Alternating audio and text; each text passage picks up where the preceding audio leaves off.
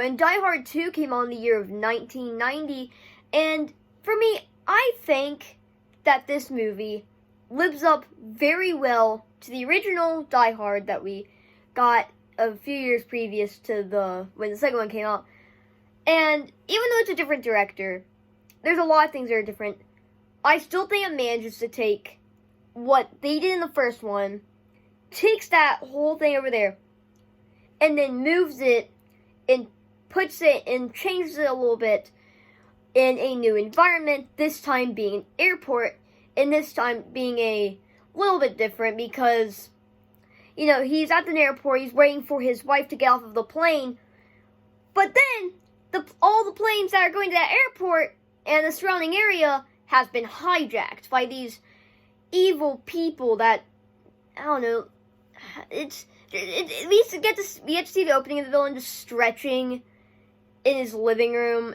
I don't even feel like describing the rest of the scene, but so then him and his men, they're acting a little bit suspicious, and McClane, Bruce Willis is obviously back as McClane, and Die Hard 1 through 3, maybe a little bit of the fourth one, is when they took what they did then,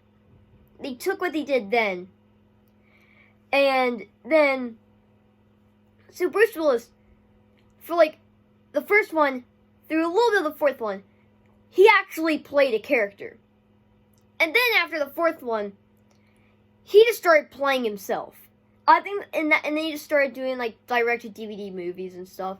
Anyways, all that aside, so, he's back at McClane, has the same charm and charisma. A lot of things are the same about him, and there's this fight where there's this luggage station where the luggage is going through on conveyor belts, and that makes for a fun hijinks shootout action sequence where people are jumping across ramps, conveyor belts. He grabs stuff out of suitcases and uses that to his advantage to fight off the two armed guys in the other parts of the room. And it's just a lot of fun to watch because it gives you a taste of, okay, yeah, this movie is going to do a few things that were similar to the first one. Even though it's a different director, it wants us to put our trust in the movie, and this is starting to sink it in a little bit. So, and then our bad guys,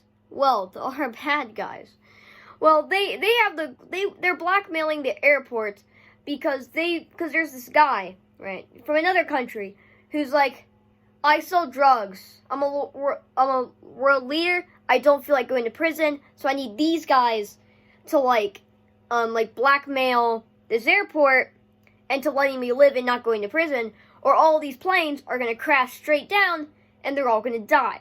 So it's kind of high stakes, and all this comes down to McClane because airport security is incompetent, or was incompetent, still is kind of incompetent. Anyways, so he goes up there and he's like, guys, you need to stop this. But they don't listen to him because they're stupid. And one of the guys literally says, we know what you did in Nakatomi. Then why don't you trust him? You have no reason not to trust him if you're literally saying, hey, I know what you did then, you saved a whole ton of lives. But this time, we don't feel like trusting you. Even though this is higher stakes, you can probably handle it. But no. You fool. Why would we let you do that? So the villains go out, they take over this abandoned church or whatever, and they set up all their gear to start blackmailing this airport, or they'll go and tell the planes, hey, you can go in and land. But it turns out they're not prepared to land. One of them blows up. There's a lot of explosions in this scene. That's pretty cool. A lot of action scenes too, which, it has a lot of the elements that the first one did, and it, again, like I said at the beginning of the review, carries over into this one pretty well.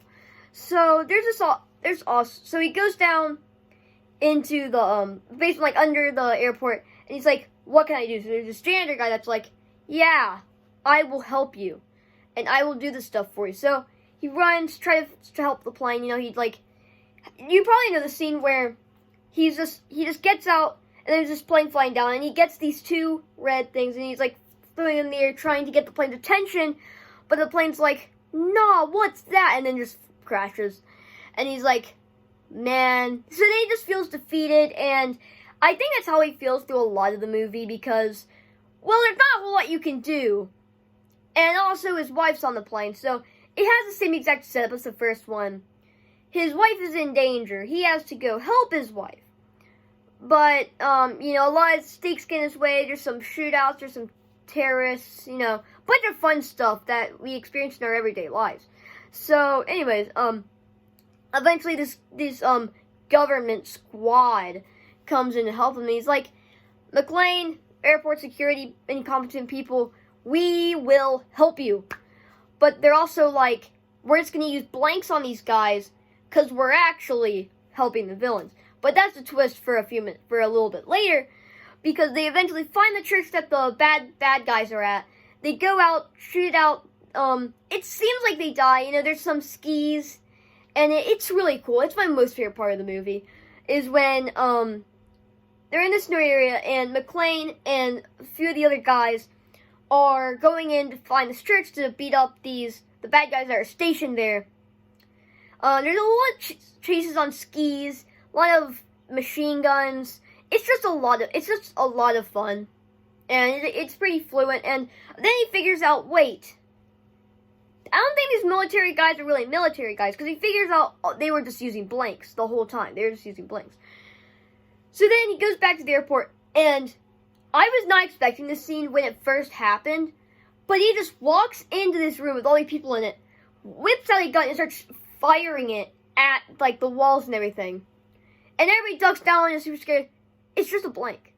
That got me the first time I watched it. And then when I'm watching it in new people now, I'll just, like, when it's about to happen, I'll kind of, like, keep my distance and, like, glance over at them.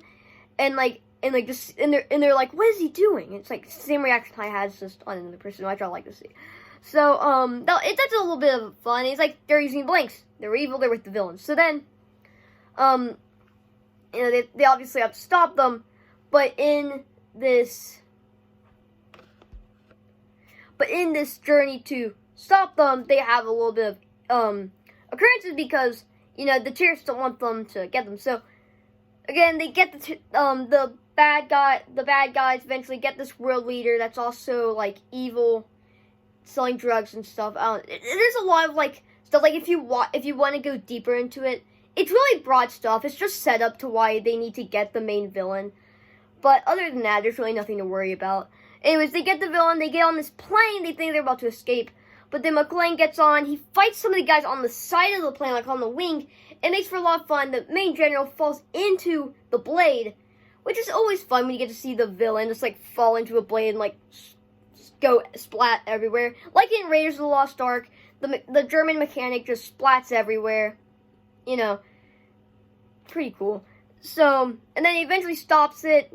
It's happy triumph. We have all these white shots, all these planes landing, and happily ever after. So that's Die Hard 2.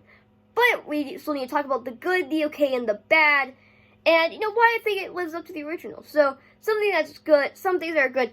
Every single action sequence in this movie is amazing.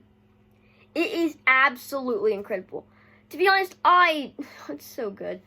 But, a lot of the good sequences, I actually touched about them in different parts of the review. Some of the visuals look really cool. Again, McClane is still amazing in this movie. A lot of stuff that's still pretty cool. I actually think this does live up to the original, like I said previously. There's not a lot to say in the good section because, I mean, what hasn't been said? It's really good. I sprinkled my thoughts about it, so, you know, you have the good.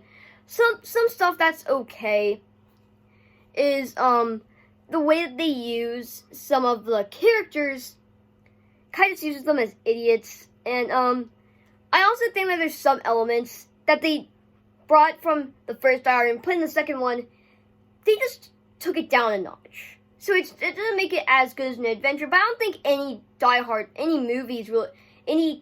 related movies really gonna top the first one. So it's kind of a nitpick because, you know, nothing's gonna top the first one. And yeah, so anything that's really bad, I really don't think there's anything that's necessarily bad about the movie because it's just a fun adventure. Don't think too hard about it. It's a lot of fun. You know, a Christmas adventure.